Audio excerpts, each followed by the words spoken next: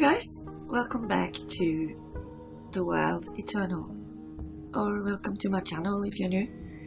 My name is Vivi, and something just hit me when I edited the previous episode. Foxy said something weird.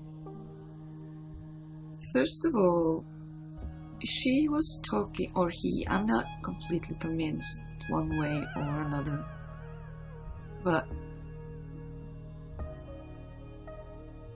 she said something about not wanting to explain this again or talk about this again, as if we've already been through it. And then a minute later she said that she didn't remember which door we picked. So is this some sort of time travel? Because her answer leads me to believe that we've been through this once before with her, and she's a bit impatient with us, so she doesn't want to go through that whole discussion one more time.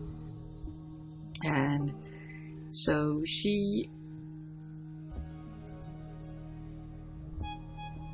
we don't know, we've been through it, but she obviously does. So it's not a time travel for her. She's talked to us before, in a different life or in this one, because I have a strong feeling this is not real, but that means we're dreaming about our previous lives, and it's being hinted that we've met Foxy before. I'm not sure. And also, I think maybe I went in here a bit too quickly, because she told me to pick up stuff, some edibles, and I think I'll do that quickly if I can.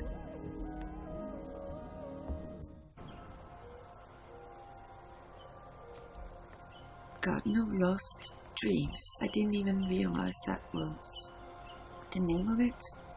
She said I should go pick up something edible, but where? Let's see if this is gonna help us. Yeah, we never found out what the compass wanted us to find. That way.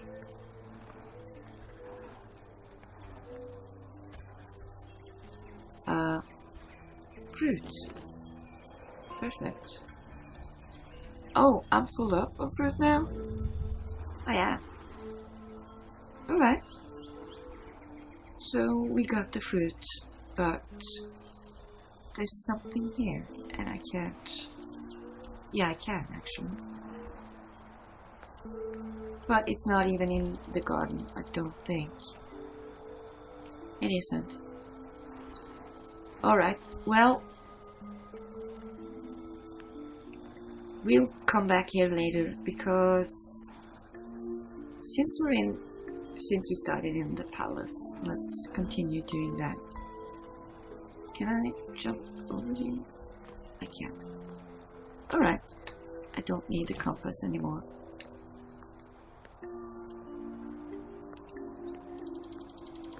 Back inside. Okay, let's go check out this area.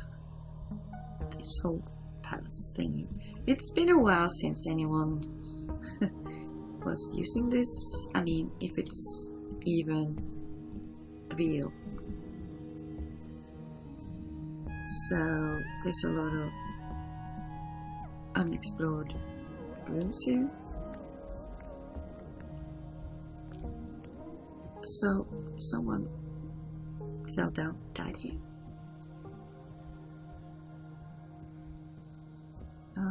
Okay. Uh, yeah, there's so many. Whoa, really? So now I have to talk to you again. Is that it?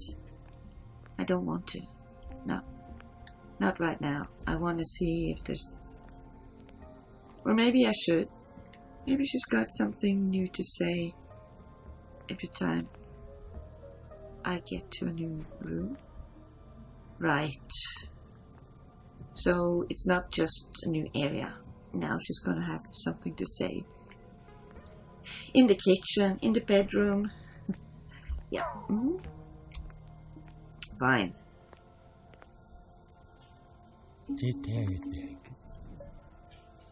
I hope you did not expect to find any people here. But I could use a bit of sleep. Where are the beds? Nina. No, you can't do that. But I feel tired. The avatar of death kept hunger and weariness at bay. Now they return. Oripa.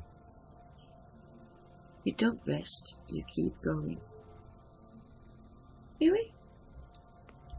Fun. I guess.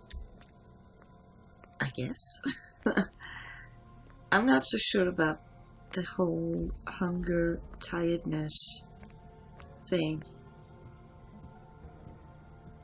And I can't remember even once feeling tired or hungry in a dream. So, yeah, I know. Is this a tiny garden? Alright.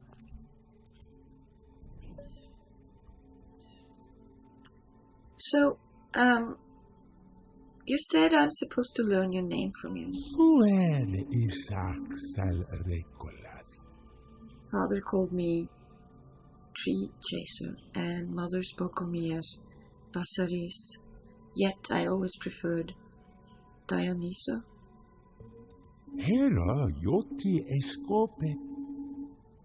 I've been a simple critter of the wild, and later a looming machinator of grand designs. But compartmentally, I have been others. What the hell are you talking about? So what am I really? A shard of something lost and weathered. Onas malalo. Dionysa, what precisely is troubling you? Origins, identity, purpose. As a flower springs from its bulb, I sprang from my own mind, but now the bulb is gone. So, what were you before you sprang from your mind? What was your face before your parents were born? Really? Is that even a fair comparison?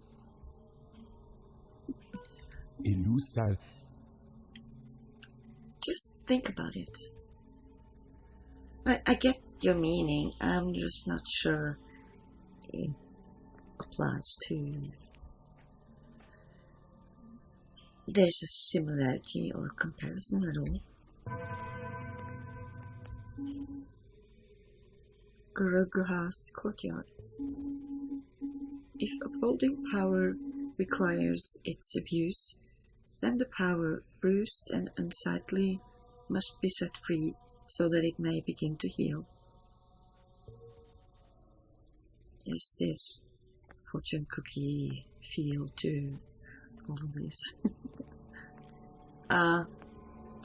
It's more food. I can't pick it up. And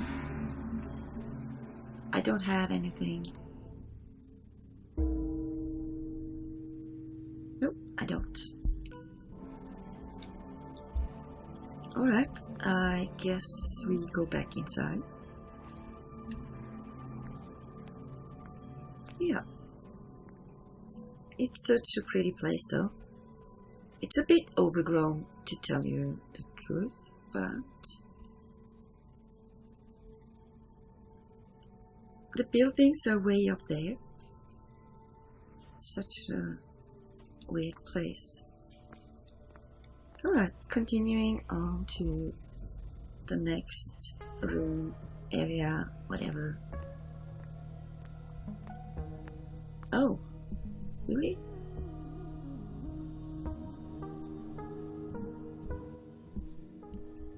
There's a little gnome. Is it the same? Yeah. Uratir. What is Zaru. this? I swear it moved. Yeah, we already encountered one of them. So, are we? Yeah. Fine.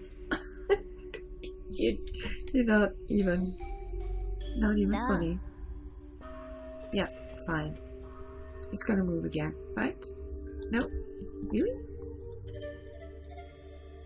Okay. Well, so, is this where we came in? I can't remember the trees. There was this huge trunk. I can't see it anymore. And so, wait, a hefty tome? Oda name Deni. It's a storybook about a prince of Kosala who was captured by a feathered spirit. Lo misteri. The prince wakes in a cage with two other princes. The prince of Vaishali whispered, "This spirit is not feathered to any object. Instead, it is consumed by an idea. It is the aspect of lineage. It will ask what secrets you keep," said the prince of Magadha, "but answer with care. It will hold your words against you." "How long have you been trapped here?" said the prince of Kosala. Neither could say how long, only that they had not always appeared so austere. Tasanu. I think I will skip ahead a bit. Yeah, look at that. It's I think you're meant to read it from this and up, backwards and up.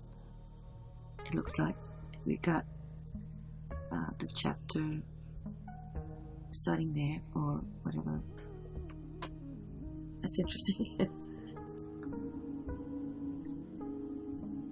The feathered spirit took the prince of Kosala to sit at the mouth of the cave where bats streamed in front of the moon. "Your skin hides what lies beneath," said the feathered spirit, smiling without teeth.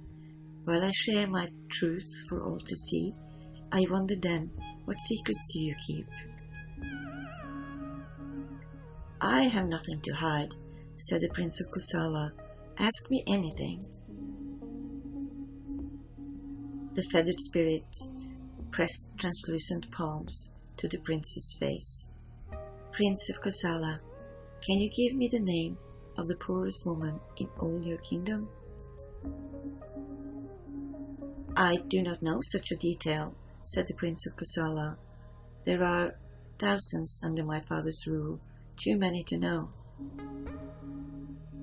But if you could know the poorest, as sibling knows sibling, could you not better rule in her interest?"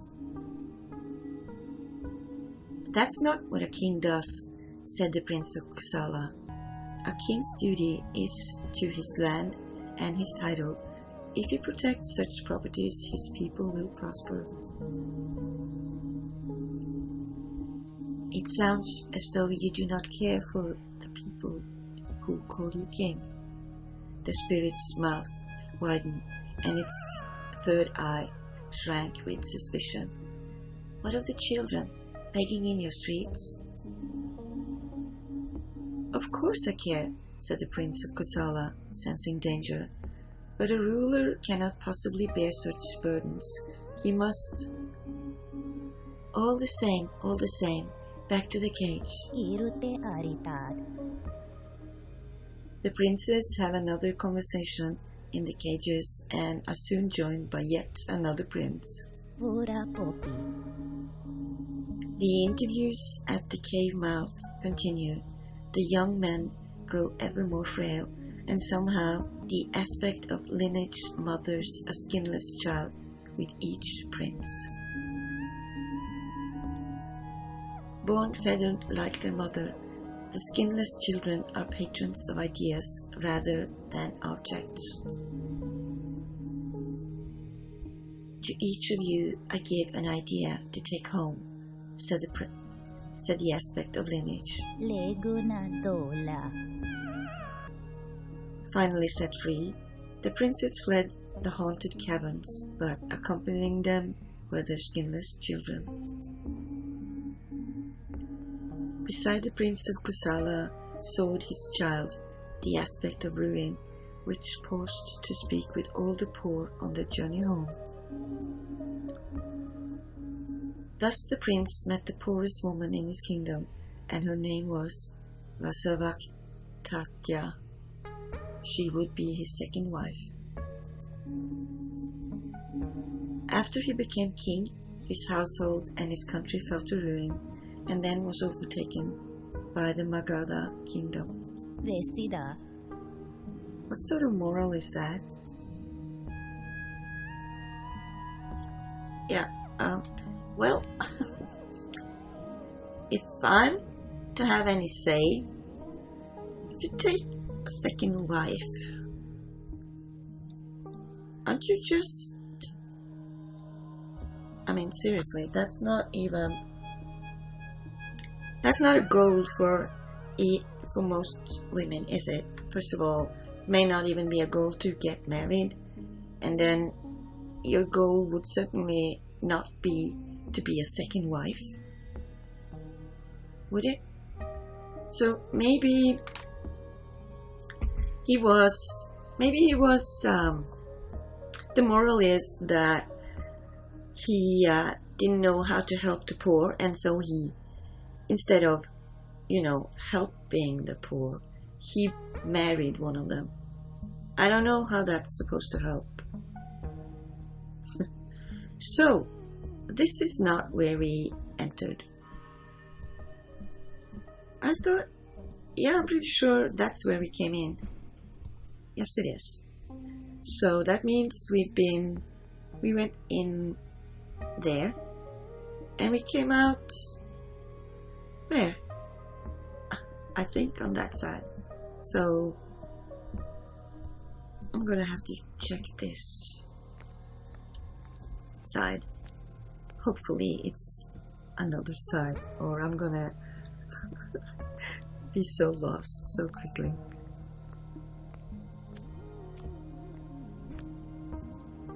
Well, Foxy is back.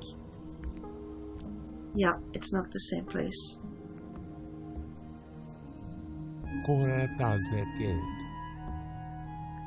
I'm sorry, I should probably not call him Foxy anymore, but no, it's easier.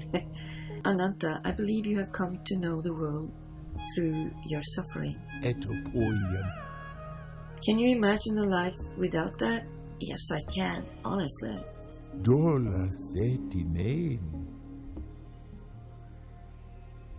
The prince knew nothing of suffering for the first 30 years of his life. Hadaru. I imagine when he learned of it, it did not suit him. He learned of it watching his wife suffering through childbirth. A moment of true magical beauty that he could only watch in horror. He did not sleep or eat for weeks. Ah, poor thing.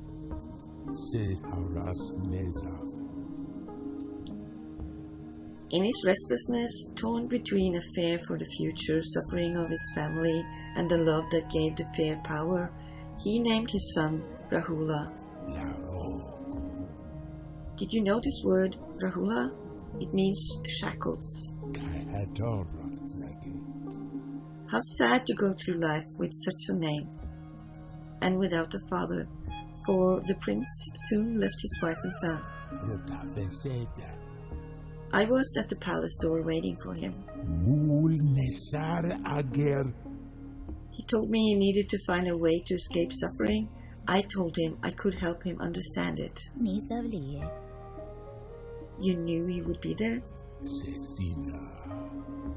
We planned his being there. How about you? What was your first true pain? So, are you controlling us? Are we just pawns? Ibube ifesera. When I saw that my husband was not the man I dreamed of, I was 16. We met only a few times before the ceremony. Ipovuza itas. Oh my god, she's saying exactly the opposite of what I just said. Marriage was the only thing I wanted in life.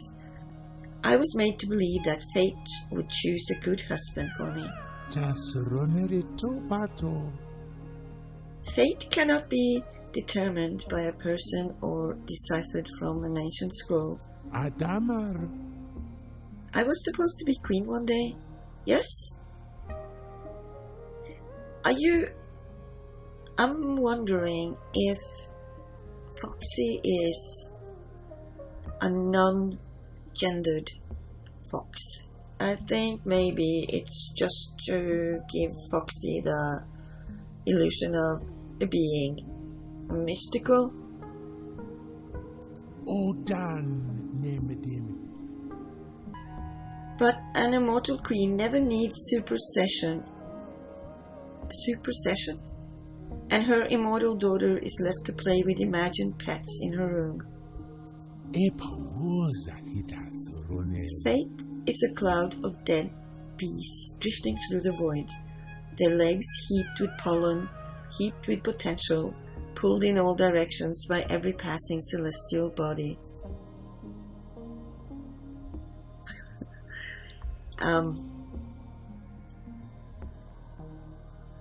Sure. Right. I don't know. Because they've got this game is trying to be poetic and deep, perhaps.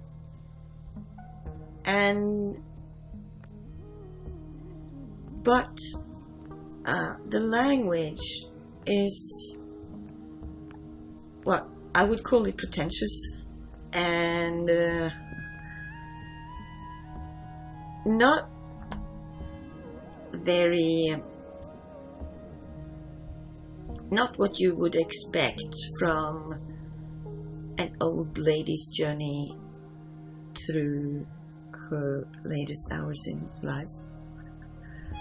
I don't think, because her language is definitely not anything like that. And so, is she really dreaming? I don't know. Awakening lands? Okay, let's go to the Awakening lands. I think the palace has got more secrets in it, so we probably need to go back, but I want to check this area, see something new. This was very, very orange. Such a weird feeling. I mean, even the grass? Is it grass? I don't know. Eternal fall? What? And we can't light them. It's not needed. I'm just saying. So much yellow and orange. Which way do we go?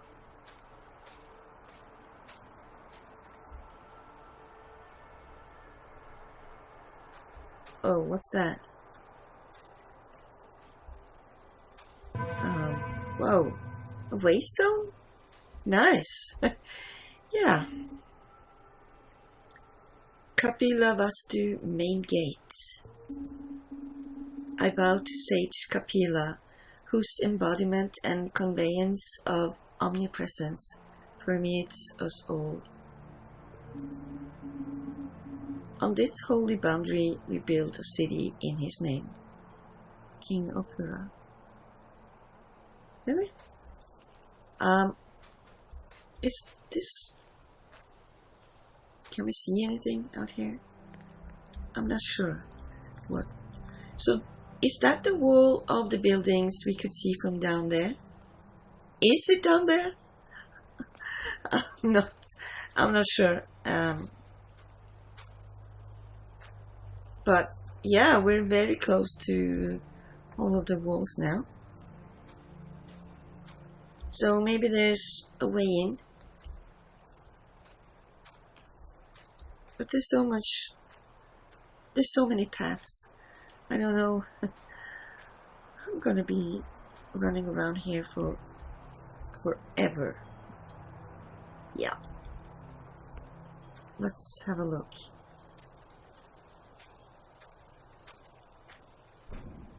Whoa. Foxy, you gotta stop doing that. Sometimes it still scares me. Or I'm jumping. Okay, yeah. Die.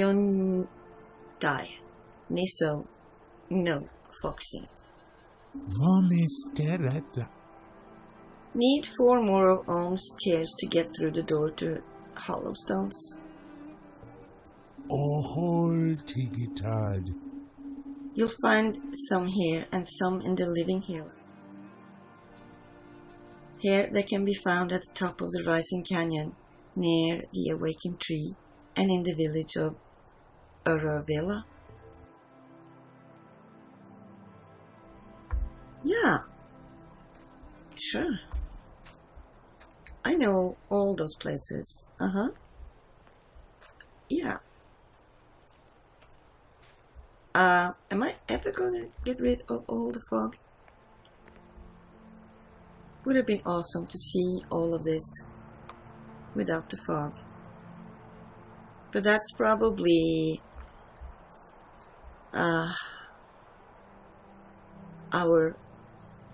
it's telling us we can't see everything, right? We don't know everything, and maybe we'll be able to see and learn more as we walk. I hear Foxy. Did I? I don't know.